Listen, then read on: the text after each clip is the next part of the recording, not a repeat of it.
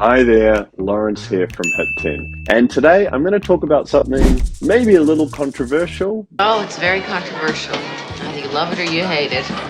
being that the space I'm in, but I'm going to give you 5 reasons to not get a CRM for your insurance agency or brokerage. Let's dig in. Number 1, you need more leads, opportunities, deals in your pipe.